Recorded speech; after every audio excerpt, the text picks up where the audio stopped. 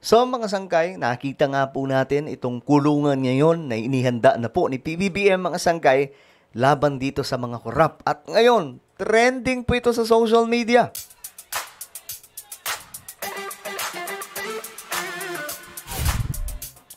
So viral po ngayon sa social media itong matinding, pambihira, nakulungan ni Pangulong Bongbong Marcos sa lahat po ng mga buwaya. Pag-usapan po natin yan, mga sangkay, at tingnan din po natin ano nga ba ang mensahe ni BBM ngayon sa lahat ng mga korap. Ngayong pinasilip na ang magiging kulungan nila. Well, anyway, bago tayo magsimula, sa mga hindi pa po dyan nakakapag-subscribe, mga sangkay, tayo po ay 1.57 million subscribers na. Parami po tayo ng parami dito sa YouTube. Kaya naman kung hindi ka pa po nakakapag-subscribe, makikita nyo po yung subscribe button sa baba ng video na to. I-click nyo lamang po yung subscribe, i-click ang bell, at i-click nyo po yung all. Sa mga nanonood po sa Facebook, syempre, i-follow nyo po yung ating Facebook page. Guys, ako po ay natutuwa, mga sanggay. Kasi nga po, trending po ito ngayon. Posibleng kulungan daw po ito ng mga sangkot sa flood control projects. Pinasilip.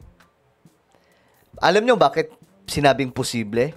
Kasi nga po, depende pa rin po kung ano ang sasabihin ng korte kung saan po sila ikukulong. Kasi po, halimbawa, dalhin sila dito, pwedeng mag-appeal na ilipat sila sa ganitong klaseng kulungan. Ganon. Ayan, mga sangkay.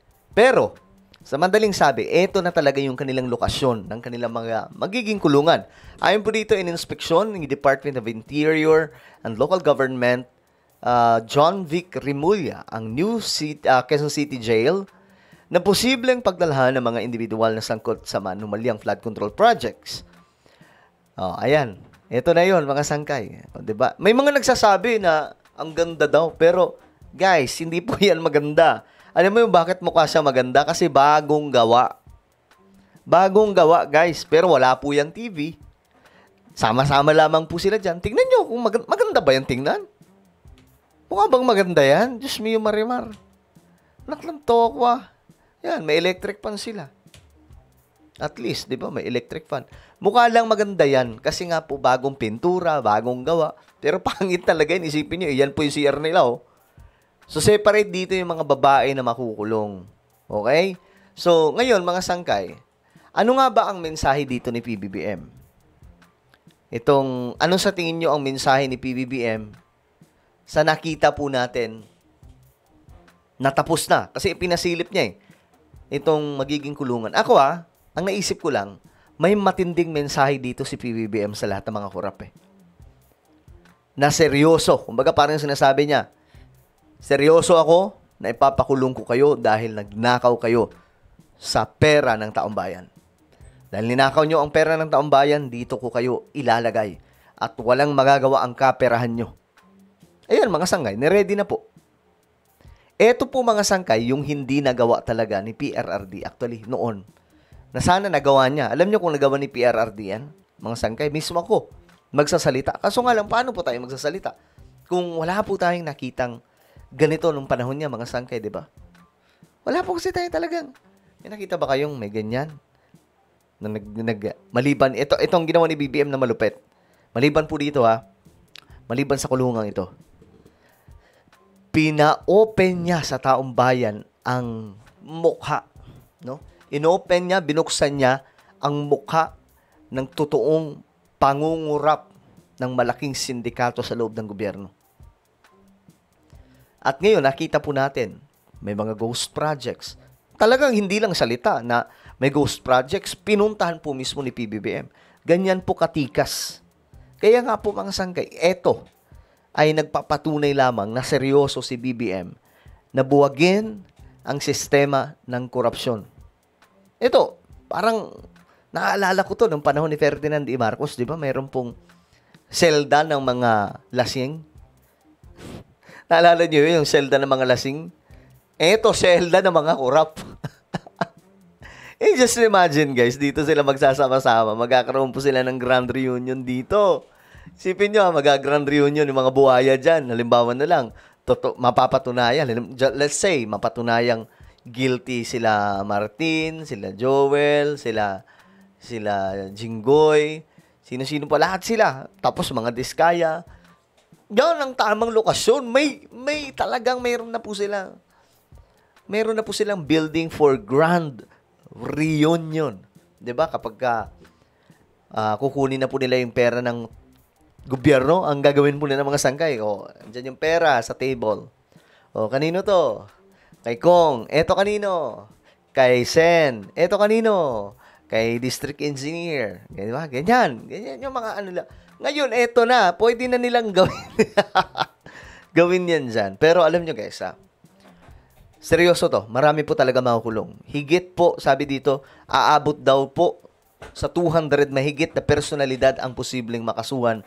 Kaya't pinaghandaan na raw po ito ng ating pamahalaan. Marami ang makukulong, guys. Mapupuno po yan, mga sangkay. Sa dami ng korap sa Pilipinas, marami po ang makukulong dyan. Posible pang ang mailagay din dyan si Chavit Singson. So talagang maano sila ngayon. At alam nyo, guys, ito po yung magiging pambihirang legacy ni PBBM. Kapag nangyari po yan, na marami po siyang mapakulong ng mga korap, sasaludo sa kanya lahat ng mga Pilipino. Kasi first time sa kasaysayan na may nakagawa nito.